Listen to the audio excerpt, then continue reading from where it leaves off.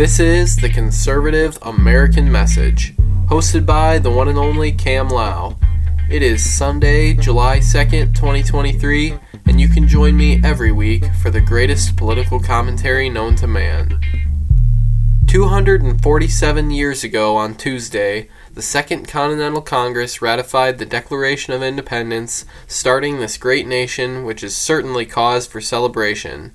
Now that the pride flags are gone, we can proudly wave the American flag for a holiday that actually means something, as opposed to a whole month that means nothing. Our quote of the week: equality means equal opportunity, equal regard, and respect, not sameness in action. Sadhguru. I always hear about Google being biased and curating search results to fit their narrative and influence elections, which I have no doubt in my mind that that's all true, but I have found Yahoo to be far worse. For some reason, my computer likes to switch my default search engine to Yahoo by itself sometimes, and when I try to do my research for the show, it refuses to give me news from anywhere but MSNBC or CNN. It's far more blatant than Google's bias.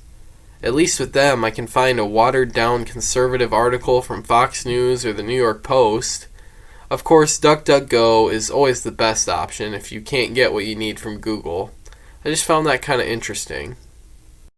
In Oregon, the Hubbard Rural Fire Protection District just had an election for its board where Donald Trump won by write-in votes. Although it's unlikely that he'll be taking the position, because for one, he's going to have too much on his plate running and winning his presidential election, and for two, he doesn't live or own property within the district. But I suppose if you want the best man for the job, you have to write in Donald Trump. What choice do you have? We've talked about how Donald Trump has been unfairly targeted by the Manhattan DA, but we still have to talk about how the Marine veteran that stepped up and defended himself and others against a crazy homeless man on a New York subway has pled not guilty to manslaughter charges. Daniel Penny was on a subway train when Jordan Neely started acting unhinged and threatening people on the train. That's when Penny put Neely in a chokehold to stop him from causing anyone any harm. Of course, Neely ended up dying as a result. Penny is now arguing that he acted in self-defense. We also now know that Jordan Neely has been arrested and released over 40 times in the last decade, sometimes for assault. Alvin Bragg, the same DA that released Neely for all these violent crimes time and again, is fully prosecuting Daniel Penny. He also happens to be the same goon, like I said, that continues to bring charges against Donald Trump. Charges weren't even brought against Penny until the protests arose, which proves that this is a merely politically race-driven prosecution. Notice how when I tell you what happened without mentioning race, it is a sad and understandable situation, but if I tell you what the media tells us, you get a racially charged narrative. Jordan Neely, a black man with mental health issues, was choked to death by a former white military guy. This is exactly how the media tries to divide our country. And speaking of media, do you follow me on social media? This is your weekly reminder. You gotta follow the Conservative American Message on Facebook, Instagram, Twitter, Truth Social, everything. There's a link tree in the description of this episode where you can find it all. The Supreme Court has delivered some wins for the nation this week on affirmative action and student loan forgiveness. On Thursday, the Supreme Court heard a case brought against Harvard and the University of North Carolina in regards to their affirmative action policies. The court voted 6-3 against the schools, stating that their race-conscious admissions process was illegal.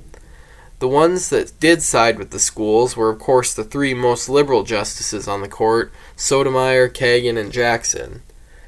Now, if you don't know what affirmative action is, let me explain. Affirmative action is a policy that judges people based on race or sexual orientation or something like that, rather than their merits. Like at Harvard, where black students with poorer grades are accepted ahead of white and Asian students who have better grades.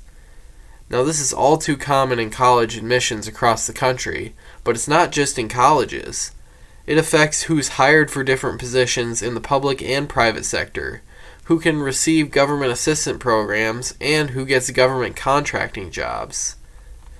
They favor dark-skinned people so that they can create more diversity in these spaces. But affirmative action is truly nothing more than straightforward racism.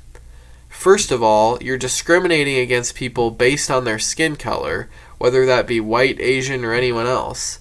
And furthermore, you're insinuating that people of color would be unable to succeed solely based on merit and that they need your extra help. That is racism. In Justice Sotomayor's dissent, she said that without affirmative action, the systemic racism in this country will keep minorities from having opportunities.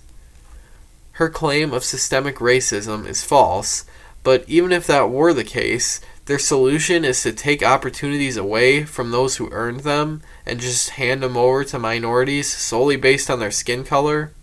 That's completely backwards. But as you know, not only do some of these minorities expect to get into college without any effort, they also expect you to pay for it. But the Supreme Court took care of that. They shut down Biden's student loan forgiveness plan in another 6-3 decision.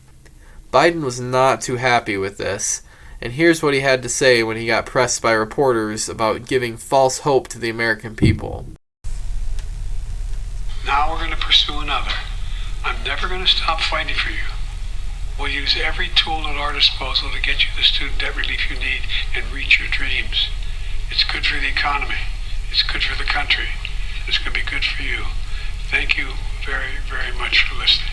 We're going to get this done, God willing. Thank you. Mr. President, why did you give millions of borrowers false hope? You've doubted your own authority here in the past. I didn't give any false hope. The question was whether or not I would do even more than was requested. What I did I thought was appropriate and was able to be done and would get done. I didn't give borrowers false hope, but the Republicans snatched away the hope that they were given, and it's real hope. Thank you. Mr. President, will you cancel your authority? Did you overstep your authority? I think the court misinterpreted the Constitution. Mr. President. He says that Republicans stole the hope of the American people. But as an American myself, all that the court did in this decision was restore my hope. I'm not paying for your college. I already paid my own way. And look, I'm not mad at every kid that graduated high school and fell prey to this predatory student loan system, but before we can even dream of erasing their debt, we've got to fix the whole system for these young adults who have no idea what they're signing up for or how much their degree is even going to pay off.